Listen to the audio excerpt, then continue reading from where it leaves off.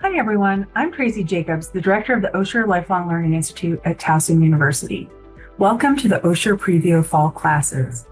Today, you'll hear from many of our instructors who will tell you about their upcoming fall courses. But first, a few things you need to know. If you want to take a look at the Osher Fall Catalog, please visit www.towson.edu/Osher and click on the Fall Catalog PDF. Registration will open on Tuesday, August 4th.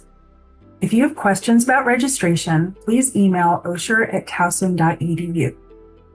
Please be extra patient with us as we work to answer everyone's questions. Once registration is open, we strongly encourage you to register online. We will accept mailed-in registrations, but you must let us know that you'll be mailing it in. Send us an email to osher@towson.edu and indicate the names of the courses that you want to take. Our fall schedule includes both in-person and online courses.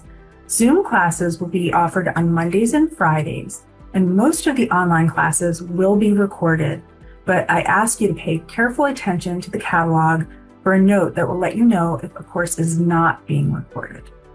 On Tuesdays, Wednesdays, and Thursdays, our in-person classes will be meeting at Edenwald Senior Living in Towson. Please note that none of the in-person classes are recorded. Edenwald is a cherished community partner, and in addition to the free parking right across from the building, we appreciate their welcoming atmosphere and the high value that they place on lifelong learning. We know that the in-person experience is important to many of you for the camaraderie and community, so we encourage you to introduce yourself to your classmates and to share your thoughts between classes, maybe even over coffee or lunch in the Edenwald Cafe. Thank you for joining us today. If you're new to Osher, I want to welcome you, and if you've been here for a while, I want to thank you for your continued participation. Now sit back, relax, and enjoy the following preview.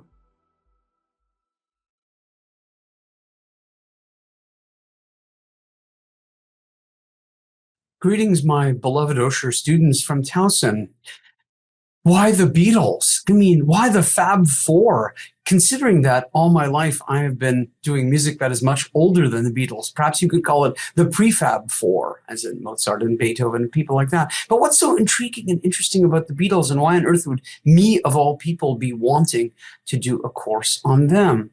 I first came into contact with the Beatles when I was all of about 10 years old and became totally obsessed with them.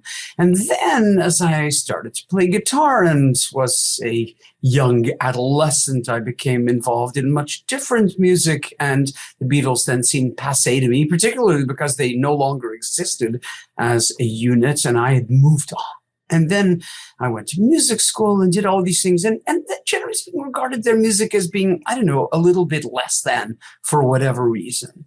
And recently, after having watched a number of documentaries, including the Get Back, 7 hours of Beatle rehearsal and numerous other Beatle documentaries, and started playing their music on the guitar, which I like to do, and perhaps you were with me in the guitar course that I did this past year.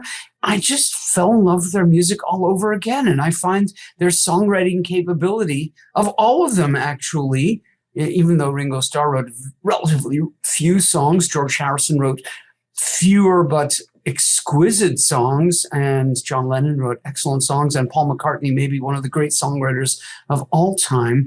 They were also great song arrangers. They conquered the world with Beatlemania in their early days, but then after that, they got tired of touring. I mean, compare them to the Rolling Stones, who are still touring, who will probably be touring in their coffins eventually, taken around, on wagons from town to town, no longer alive, but still performing. The Beatles burned out on live performance very quickly. And then they retreated to the recording studio and became maybe rock and roll's first actual all studio bands, and created things that couldn't be performed live, creating a whole new genre, all manner of interesting things. Their songs are so full of variety. Paul McCartney himself, who I will tell you is my favorite Beatle, it used to be George Harrison, now it's Paul McCartney. Everything from young, new, fresh love songs to burned out, tired, old, dead love songs. they really run the gamut, and they are fascinating people and fascinating musicians, and I think are worthy of our time. Speaking of time, mine is up. I gotta go. And I hope you'll join me for the Beatles. I'm curious what your reflections are on these extraordinary people, because as I walk through life at 65, they mean even more to me than they meant at 10. Yeah, there you go. All right, I gotta go. Thank you so much for your attention. Let's see each other soon. Bye. Have a great summer.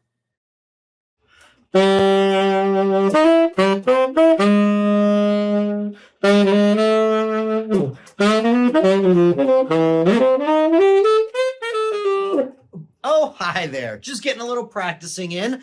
That, of course, was Take the A Train, one of the biggest hits of the swing era, as recorded by the Duke Ellington Orchestra. And you know, one of the enduring ironies of Duke Ellington's career is that he was, without a doubt, a gifted and prolific composer and songwriter. But his single biggest hit, that song, he didn't write. It was written for him by his protege, Billy Strayhorn. And Billy Strayhorn wrote Take the A Train as a present for his mentor based on the directions Duke had given him on how to get to his apartment, which was you take the A train up to Sugar Hill in Harlem. If they had GPS back then, there'd be no song. So look, I am super excited for this class I'm going to be teaching for Towson Osher this coming semester. Duke Ellington and Count Basie, American jazz royalty. You know, they've got their royal family over in England, their kings and queens and duchesses and whatnot. Well, we've got our royal family in this country, but they're all jazz musicians. Duke Ellington, Count Basie, Earl Hines, King Oliver, Lady Day, the list goes on and on. Well, we're going to deal with the two biggest of them, Duke Ellington and Count Basie, and we're going to explore the life, the music, and the career of these gifted pianists, composers, and band leaders. We're going to listen to a lot of great music, see some rare vintage video clips, and as those of you who have taken classes with me before know, I always bring a musical toy or two with me to class. So it's going to be a lot of fun. It's going to be on Wednesday mornings, last 2 weeks in October, first 2 weeks in November at Edenwald. Hope to see you there. Back to practicing for me.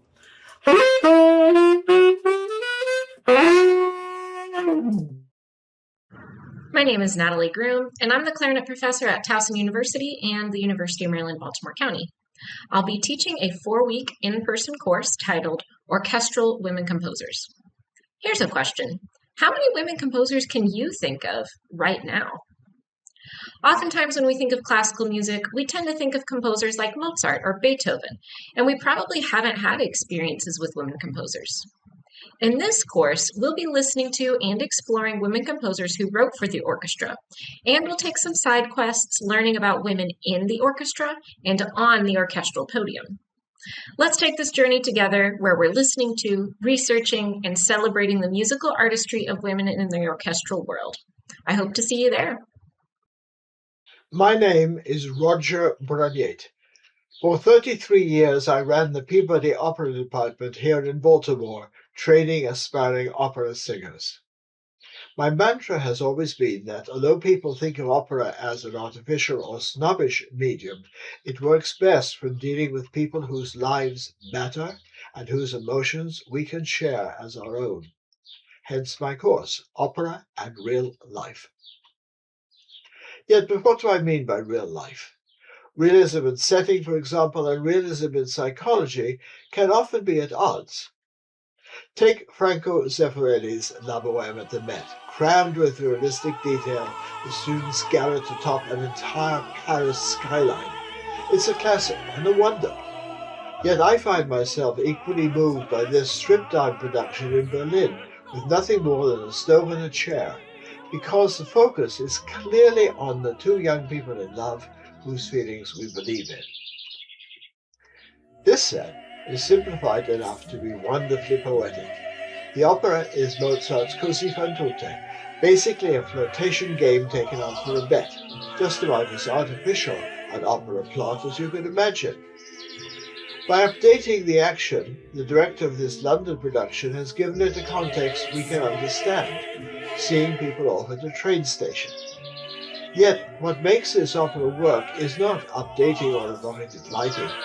But what happens when the flirtation game turns serious and people risk getting hurt?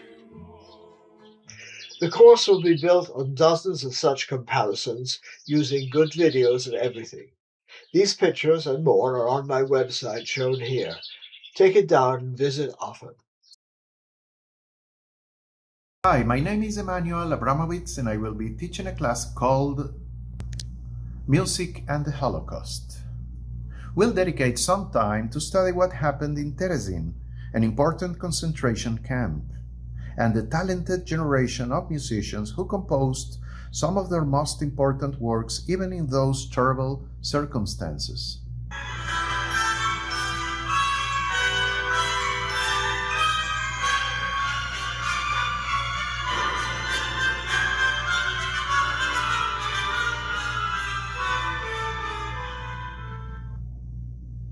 From pieces for cabaret to serious works, and staged amazing performances of classics.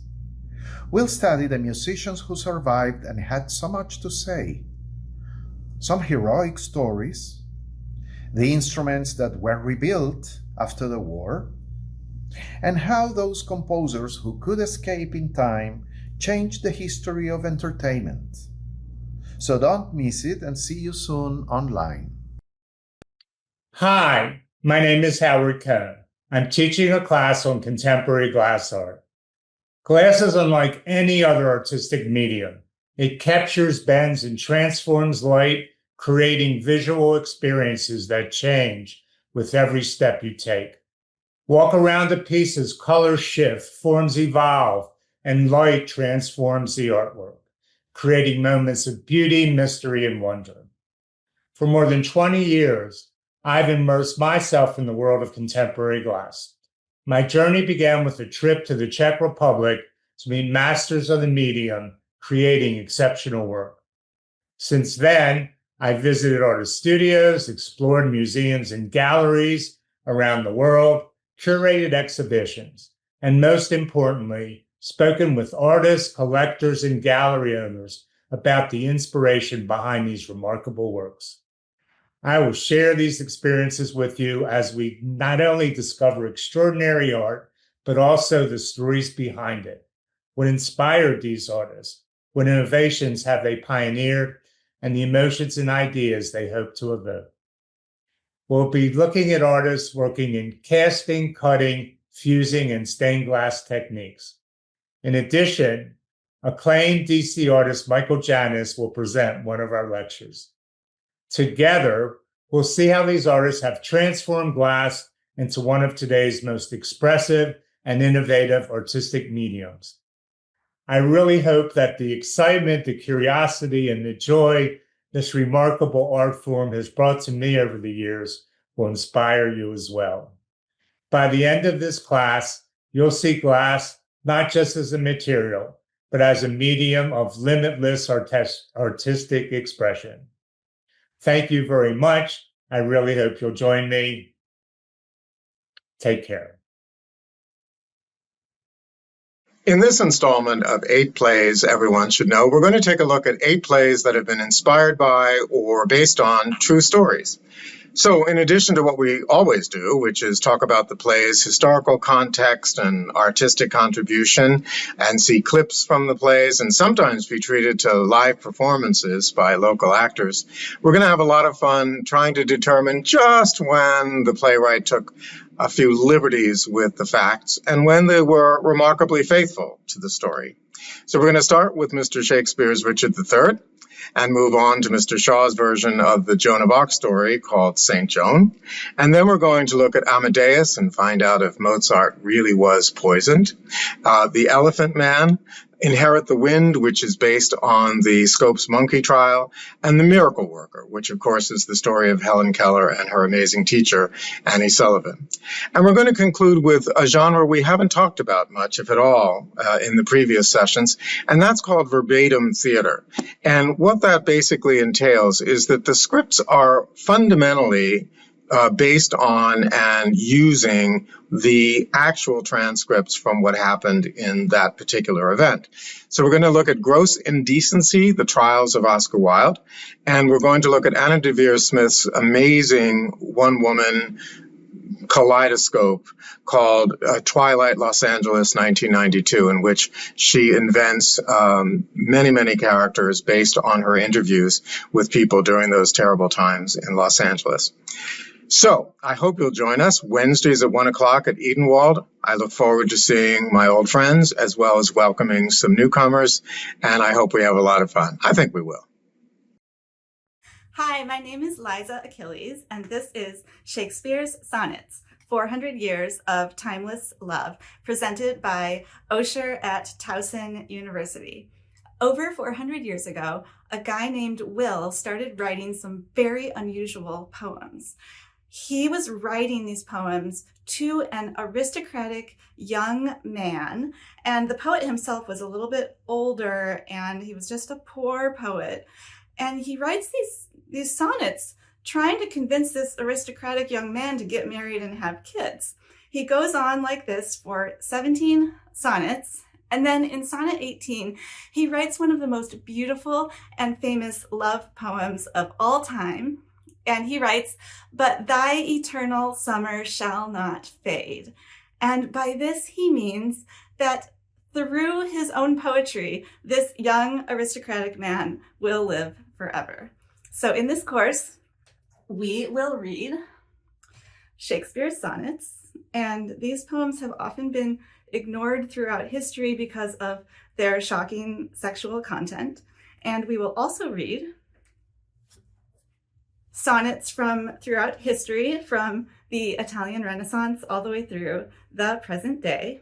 And there may be a special guest appearance from the poet himself.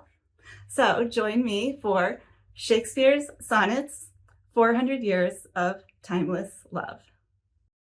Hello, my Osher friends. I'm Ed Fotheringill, and the course I'll be teaching this coming semester will be the Bhagavad Gita.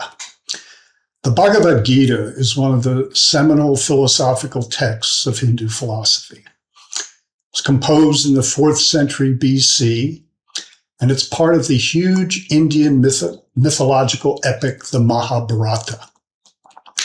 Although the Bhagavad Gita appears to be about the nature of war and the obligatory duties of a true warrior, it's really about the inner war between one's ego and one's true self.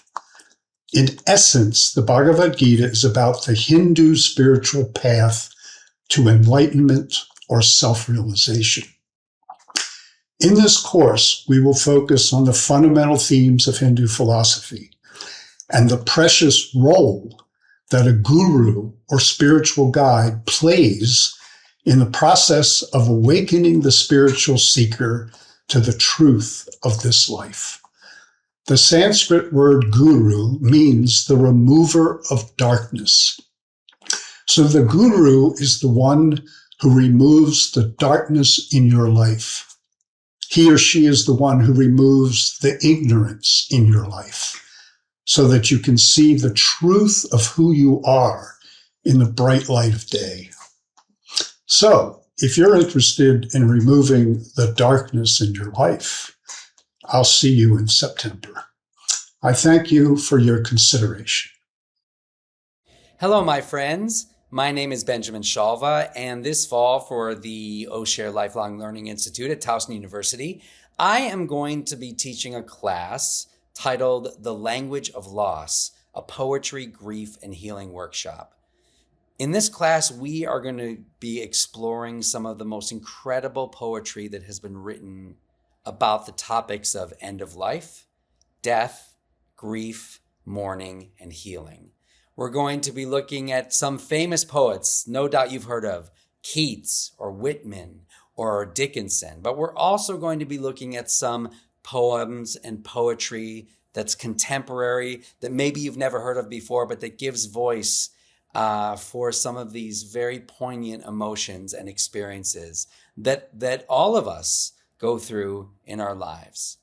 In addition to looking at these texts and discussing them, we're going to be having opportunities in each class for free writing. This is a chance for us to explore through the written word our own attempts to find language for loss, grief, and healing. Now, don't worry, you don't need to be an experienced poet.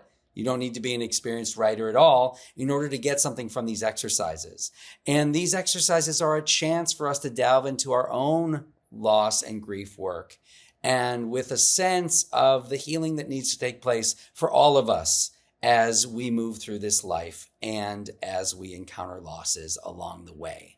So I'm really excited to launch this class and this learning with all of you, and I look forward to seeing you in the fall. Take care.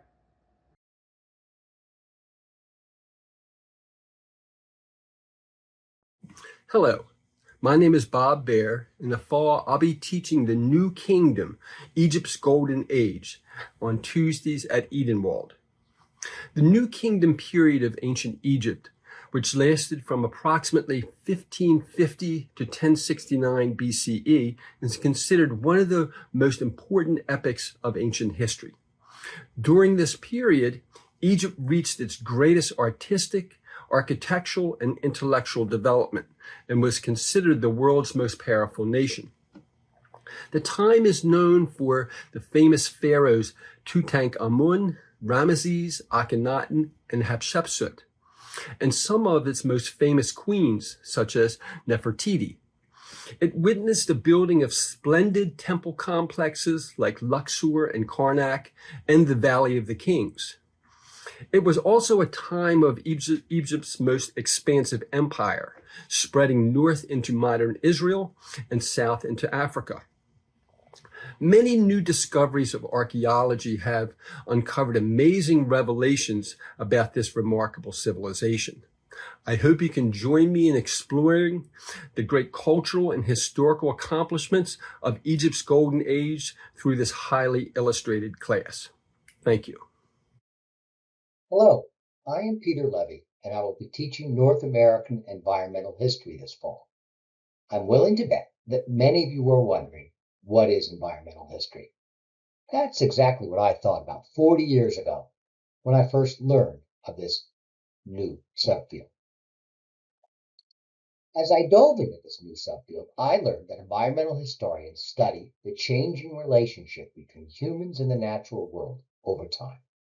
Or put in the form of a question, how have humans shaped and been shaped by the physical environment?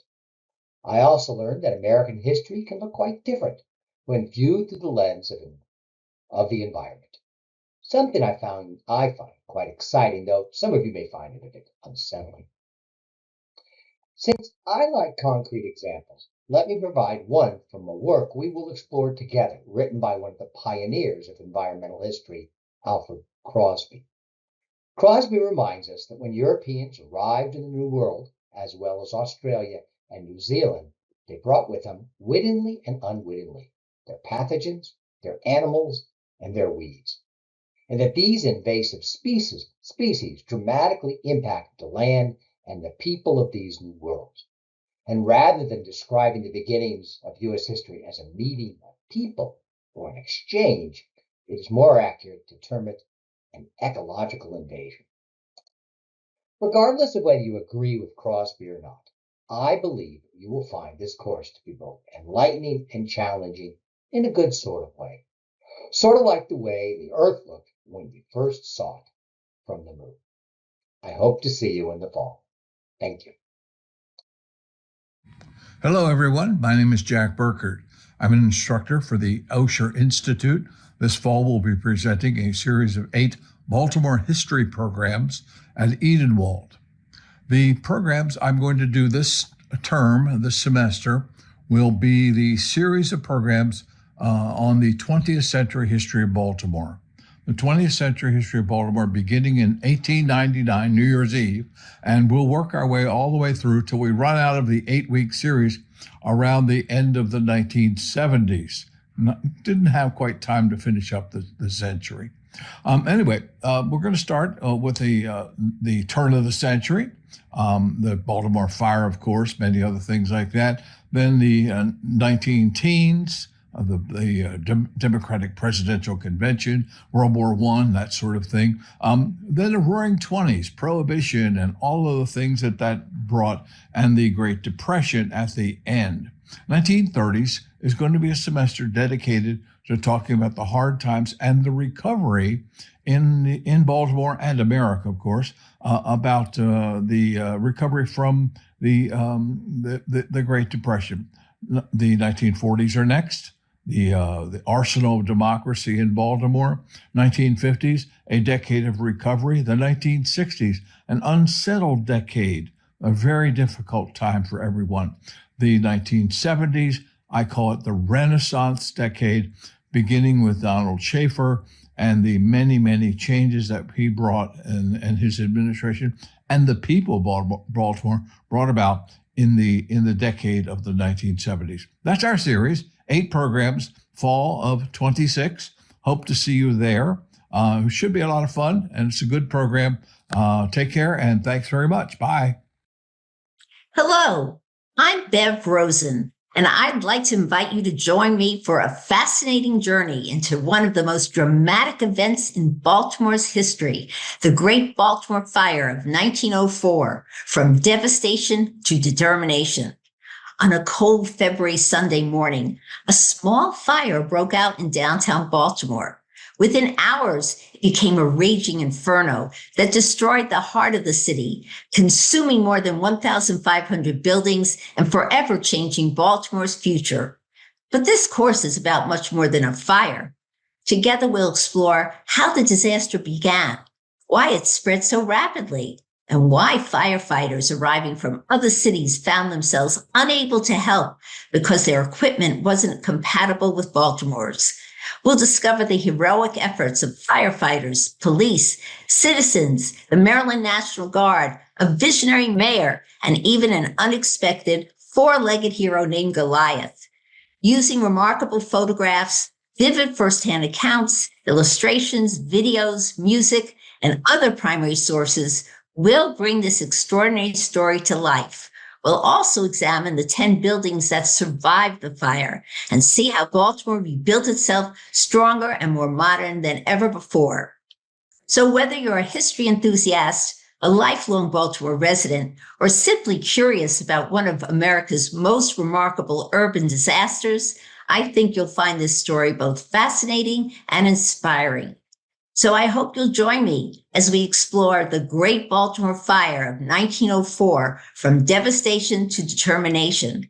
I look forward to learning with you on Tuesday, October 20th at 11, the second session. Hello, I'm Jonathan Portish, and I'm pleased to return to Osher this fall to teach a course on U.S. Army Major General Maurice Rose. Rose, while largely forgotten today, was one of America's most militarily and culturally significant World War II commanders in Europe. An accomplished armored leader, he spearheaded the American assault on Germany and was the highest-ranking U.S. officer killed by enemy fire on the continent. But beyond his battlefield accomplishments, his career provides a unique window into the makeup of the American leadership that fought the war and how that leadership was remembered publicly. Rose came up through the interwar Army Officer Corps, a system that produced nearly every American general in the war. The Interwar Officer Corps was in part a modern professional system with rigorous standards of performance, but it was also its own insular culture, one that quietly favored leaders who fit the mold of the Anglo-Protestant officer and gentleman. Rose, the son of a Denver rabbi, spent his career crafting a public identity to meet these ideals. He carefully hid his origins and consistently declared himself a Protestant to the Army throughout his ascent to senior command. Tracing his professional and social rise through the Officer Corps reveals how its culture shapes who led America's Army into the war. Rose's further importance came after his death in combat in March 1945. The mainstream press and the American Jewish press each sought to claim him as a war hero, but one with a very different public identity. That contest revealed important divides in American society at war's end. This course grows out of extensive archival research on Rose. I conducted it for my master's in military history at the Citadel. It tells Rose's story through these records. I hope you will join me to learn more about this fascinating American commander and the army that made him. Hi, I'm Bill Barry, and I'm excited to come back to Osher for the fall to teach a course that's particularly timely called The 1930s and Today. Both were very and are very tumultuous social moments, and a lot of issues that we see from the 1930s are the same ones we're looking at today. We have two of the most dominant presidents in this time, Franklin Roosevelt and Donald Trump. And they also have the use, for the first time in the 30s and certainly today, of mass media to create social movements in support of the president. Some of the other issues we'll look at are the role of the federal government. What should it do? We're going to look at how the Supreme Court decisions affect those kinds of decisions. We're going to look at, most importantly, social movements. Because in the 1930s, there were very progressive social movements, and there were also very reactionary social movements, exactly as there are today. We're going to look at the Red Scare and the attacks on the left-wing movements in the 30s, and we're going to look at the same kind of thing today. We're going to look at the topic, which is very important to most of us, the development and maintenance of Social Security. We're going to look at issues that face the people in the 30s and today, affordability. How do we survive? And we see a whole generation coming out of the Depression, hoping that the New Deal would solve their issues. We see the same thing today, where people are having a catastrophic economic moment. We're going to look at the arts and what the federal government did to support them in the 30s and what the federal government is doing today. And finally, we're going to look at how history is preserved, how the 1930s is described today, and how it was looked at the time. So I hope that you'll come to the class. It's an exciting and very imaginative and tumultuous and passionate time. And we'll see you there. Hi, I'm Barbara Resson, and I will be teaching a course this coming fall. It will start on October the 22nd, the second session. So the anti-Semitism in the Supreme Court involves sex and religion and the justices. Many Supreme Court cases involve religion and many involve sex, and some involve both. And where did anti-Semitism come into? Where does it factor into? Supreme Court justices are supposed to be unbiased and not allow their personal feelings about issues get in the way of their decision making. However, they're still human beings, and along with that caveat, they sometimes can't help themselves. One justice was an avowed anti-Semite and publicly announced his feelings. Did these overt feelings affect his duties as a Supreme Court justice? In fact, one year, when the Supreme Court justices were supposed to pose for a formal picture, this is something they do each and every year, there was this particular justice who sat on the court, and he refused to sit next to the justice who had just been appointed, who was Jewish. Justices are seated according to when they have been confirmed. And he said because Justice Brandeis was Jewish, he refused to sit next to him. And that in that year, the Supreme Court formal picture was never taken. There was another justice that was involved in ruling about a Georgia sodomy law, and he admitted he had never met a homosexual. He even asked about that relationship between two men be explained to him, yet one of his four clerks was homosexual and never tried to hide his persuasion from the justice. And that was the clerk he asked for an explanation. So how did that bias affect his decision about a very important case? So cases that we will visit, resulting decisions that will be enlightening, from same-sex marriage, interracial marriage, from abortion to reciting the pledge, from school prayer to praying in a football huddle prior to a game, from a picture of Jesus hanging in a public school to the Ten Commandments being displayed on government grounds. The Supreme Court justices, along with their particular biases, often have a lot to answer to from the public. So join me this fall and find out about who these justices were historically and how they affected decisions that affect over 300 million Americans. I hope to see you this fall. Thank you.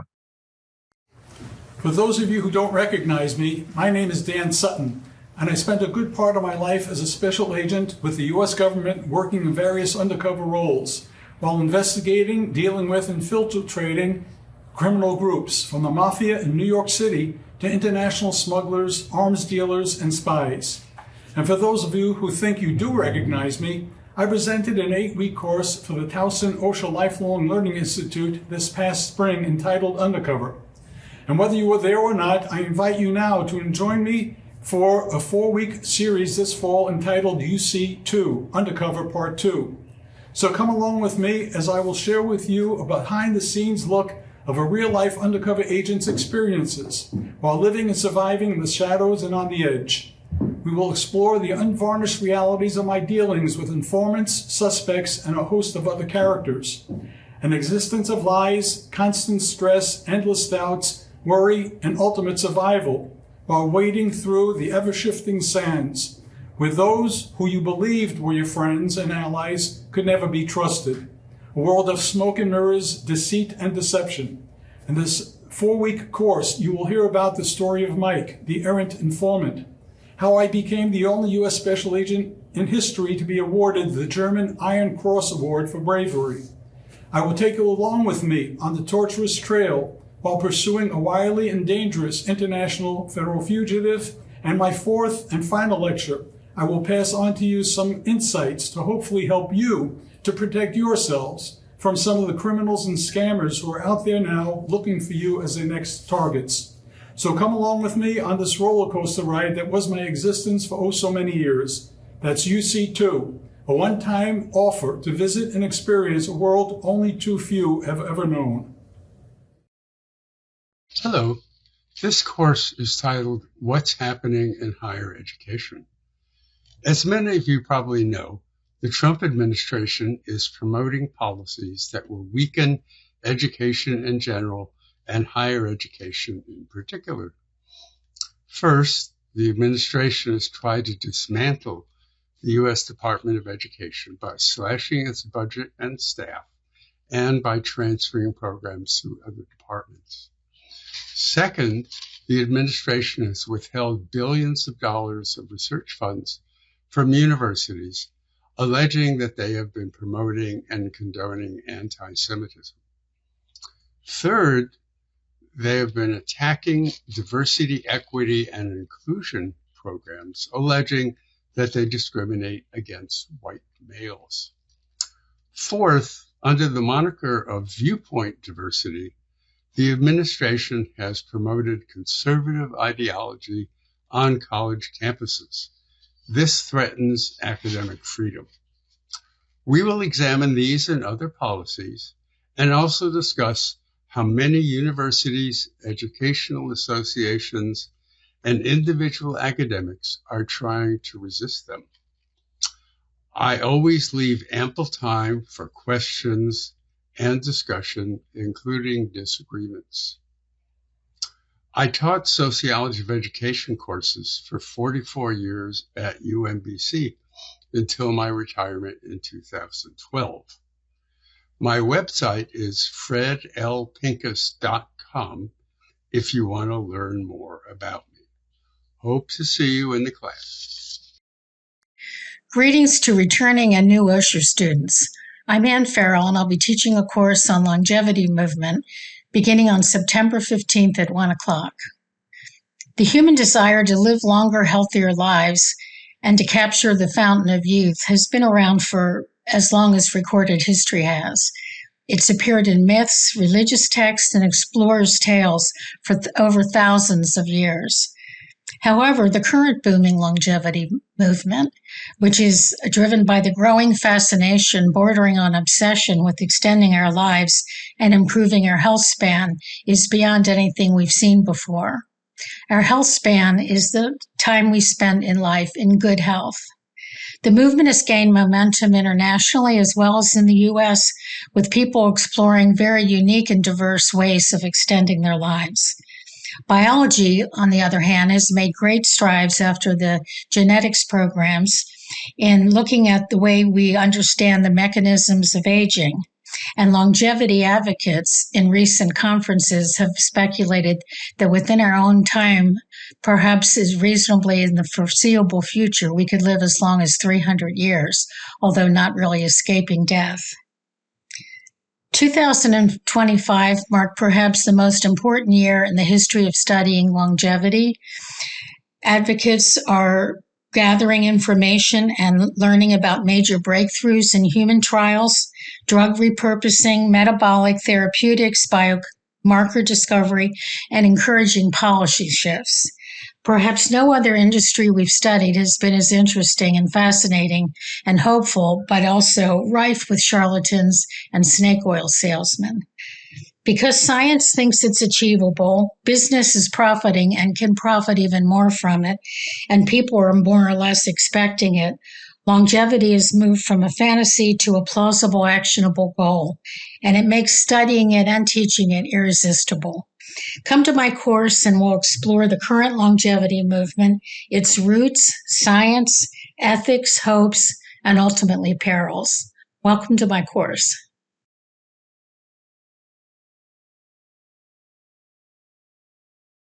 Hi, Towson lifelong learners. I'm Shelley Bonus, a cosmologist, astronomer, writer, and a lifelong learner myself. I'm inviting you to take a course that I absolutely love teaching that's called The Ever Expanding and Ever Evolving Universe, the goal of which is to culturally, spiritually, historically, and of course, scientifically help you expand your minds and not your waistlines through energetic lectures and videos that will explore the biggest subject there is, the universe, referring to mythology, religion, superstition, and reviewing the most up-to-date cosmological theories.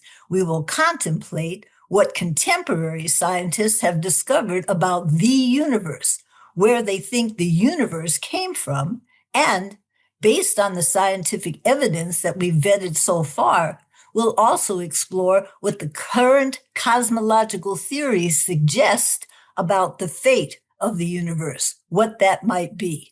This class is filled with exciting cutting-edge material, and we'll be exploring it for 8 weeks in the fall on Fridays at 11 a.m. starting September 18th. And on that note, lifelong learners, I wish you good health, clear skies, and the driving curiosity to register for this class and zoom in. Oh, did I say that this is a Zoom class? All you have to do is register, turn on your computer, and Zoom. See you in the fall. What if vibrant aging wasn't about eating less, but learning how to eat differently? As our bodies change, our nutritional needs shift dramatically. Yet most of the health advice we see online is designed for younger bodies, leaving many seniors feeling confused, overwhelmed, or stuck with outdated information. You deserve a diet that works with your body, not against it. In this course, we move past generic recommendations and popular dietary trends to give you a science-backed, actionable framework centered on 4 core pillars. Pillar 1, nutrition for healthy aging.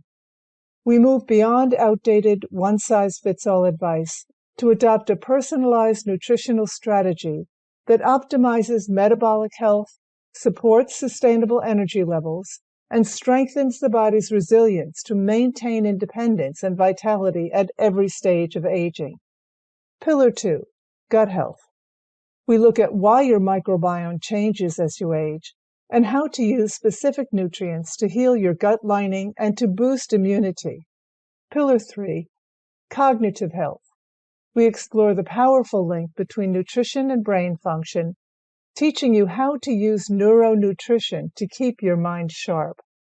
And Pillar 4, heart-healthy eating. You'll learn how to apply targeted dietary strategies to support long-term health and cardiovascular wellness. This isn't just another diet course. It's an evidence-based roadmap to protecting your strength, your brain, and your heart, while actually enjoying the food on your plate and optimizing your vitality as you age.